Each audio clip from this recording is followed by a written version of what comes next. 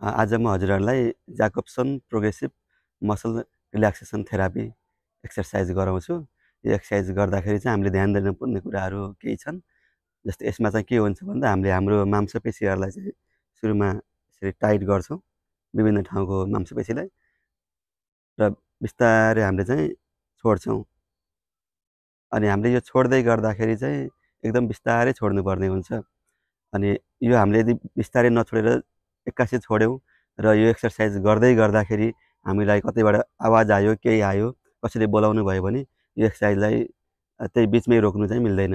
त्यो छोड्न थालेको चाहिँ पुरै कम्प्लिटली छोडेपछि मात्रै रोक्नुपर्छ। यो कुरालाई एकदम धेरै ध्यान दिनु होला। र हामीले यो एक्सर्साइज गर्नुभन्दा अगाडि एकपटक चाहिँ हामीले आफूलाई ग्राउन्डिङ गर्छौँ भनेको हामीलाई यो एक्सर्साइज गर्नको लागि रेडी गर्छौँ। त्यो रेडी गर्नको लागि चाहिँ हामीले एकपटक चाहिँ आफूलाई रिल्याक्स पोजिसनमा राख्छौँ।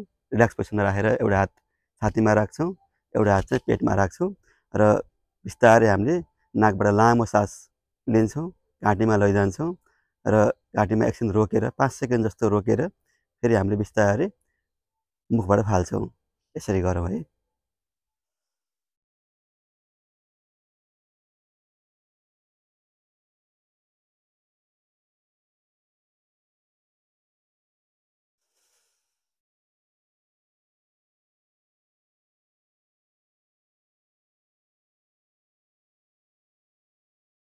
यो चाहिँ हामीलाई ग्राउन्डिङ गऱ्यौँ।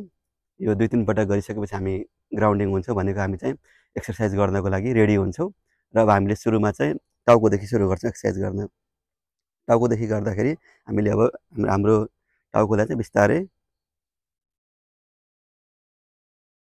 5 सेकेन्ड लगाएर हामीले चाहिँ तल लिएर आउँछौँ।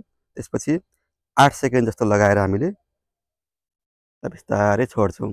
र हामीले यो छोड्दै गर्दाखेरि चाहिँ हामीले हाम्रो यो भागमा चाहिँ हाम्रो मसल्सहरू, मासुहरू, मांसपेशीहरू टाइट हुन्छ। त्यो टाइट भएको अनुभव गर्ने हो हामीले यो एक्सर्साइज गर्दै गर्दाखेरि चाहिँ। अब बिस्तारै हामीले तल गर्छौँ, फेरि गर्छौँ।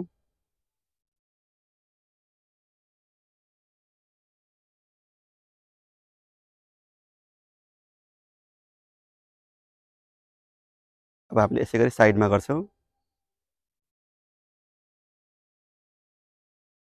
र हामीले छोड्दा 8 सेकेन्ड लगाउँछौँ।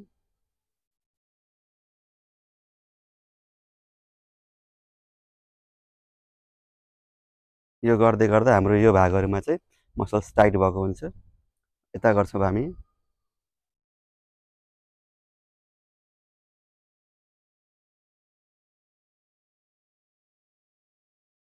यसरी हामीले टाउकोको घाँटीको गऱ्यौँ। अब हामीले चाहिँ सोल्डरको गर्छौँ। टाउकोदेखि तल जान्छौँ हामी। अब सोल्डरको गर्दाखेरि हामीले सोल्डरलाई यसरी माथि लिएर जान्छौँ र अब बिस्तारै हामीले छोड्छौँ।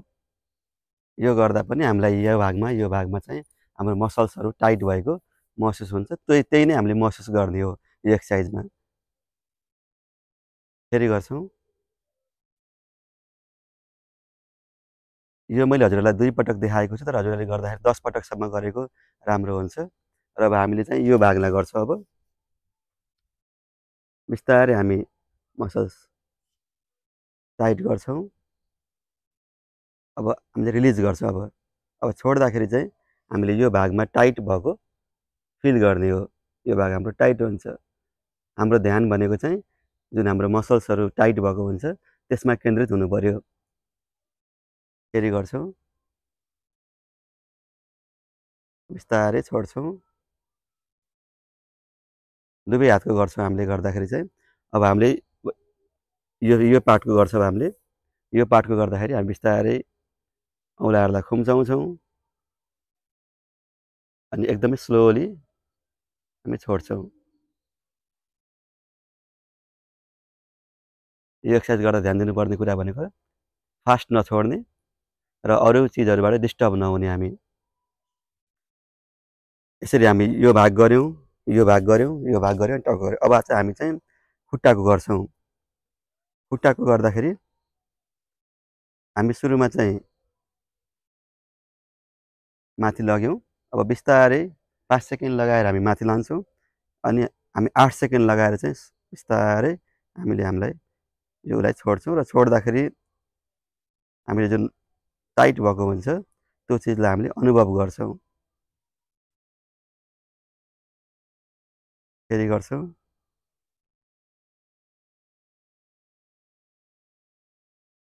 तारे हामी छोड्छौँ। यसरी चाहिँ हामीले हाम्रो स्ट्रेसलाई अनि यो गर्दै गर्दा हाम्रो फिजिकल एक्सर्साइज पनि भयो र हाम्रो मेन्टल एक्सर्साइज पनि हुन्छ। यो गर्दै गर्दाखेरि चाहिँ हामी फ्रेस हुन्छौँ अनि हामीले हाम्रो दिनचर्याहरू राम्रोसँग बिताउन सक्छौँ र हामी एङ्जाइटी, स्ट्रेसबाट टाढा रहन सक्छौँ। हस् त, धन्यवाद।